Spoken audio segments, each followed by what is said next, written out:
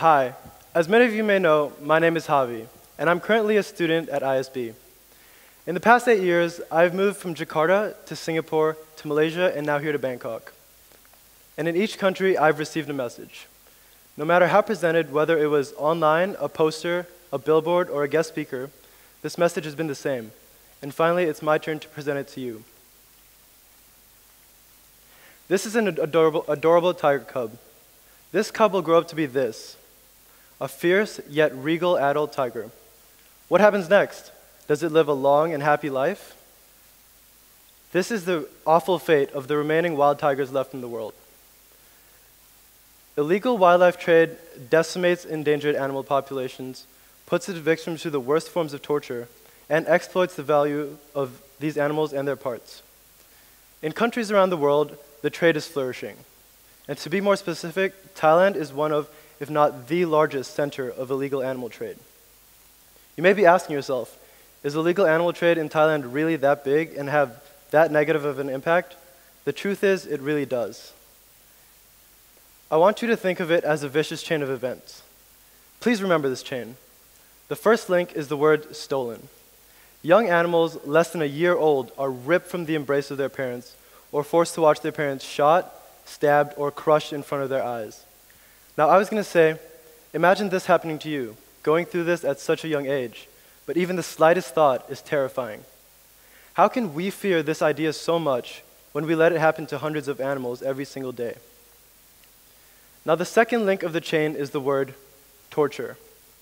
After being seized from their homes, animals endure whatever intentions the poacher has. This could be either illegally sold as pets, or worse, for their parts. The animals sold for pets are kept in the worst possible conditions. For example, bear cages found in Malaysia and Thailand. These bears grow up to be the size of an adult man and are forced to live in cages like this. These cages prevent them from moving laterally, and they are in there for up to months at a time. Now imagine the last plane ride you took, stuck between two annoying siblings or two random people, and you weren't able to move for the duration of this flight. Now imagine that same situation, but instead of 4 hours, it's 20 days. I know I would lose my mind. The other reason to capture animals is for their parts. Captured animals are brought to a slaughterhouse, where their prized body parts are taken and distributed to the rest of the world. In Bangkok, a slaughterhouse was found right in the heart of the city. For example, cheetah corpses, lion corpses, elephant corpses, and giraffe corpses were found. I was about to say, oh, never mind. These animals are first killed through many different ways. This includes stabbing, beating, beheading, and electrocuting. Now, the animals on the block, meaning the animals waiting to die, are often tortured just for the fun of the people. Now, this slaughterhouse is a great example of how they're very well concealed within a city. Without a shred of doubt, these animals were tortured before or until the point of death. These animals suffered just so illegal wildlife trade had more items up for sale. Now, the next two links of the chain go together, the words ordered and paid. After all the parts are collected, the underground business begins.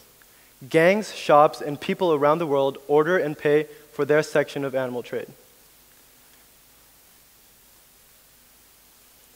These are some common examples of items that are sold in the animal trade. Thailand plays a huge role in this section because it is connected to continental Asia, as well as very close to Malaysia and the Philippines, where most of the animal parts are produced. Thailand receives the orders and payments as it is in the middle of both ends. For example, 14 tons of pangolin meat from Indonesia and heading for China was found in a container in Bangkok. By the way, a single pangolin weighs around 17 pounds, meaning there was around 1,600 dead pangolins in that container alone. That is another reason why illegal wildlife trade needs to stop here.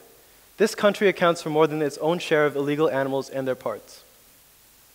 Now, I wasn't here today just to tell you about the horrible path from the start of illegal wildlife trade to the end. but hopefully I gave you some insight and detail on what actually happens when an animal, not just in Thailand, goes through this path. With this new information, I want you to be able to take action. Now, I'm not saying go down to Central World and start a protest, but if ever presented with the opportunity to help, whether it's a petition, a donation, or to stop buying products from areas like JJ Mall, I want you to take it. Just think of the painful journey you can prevent an animal from taking. And if you've forgotten this journey, just remember the word stop.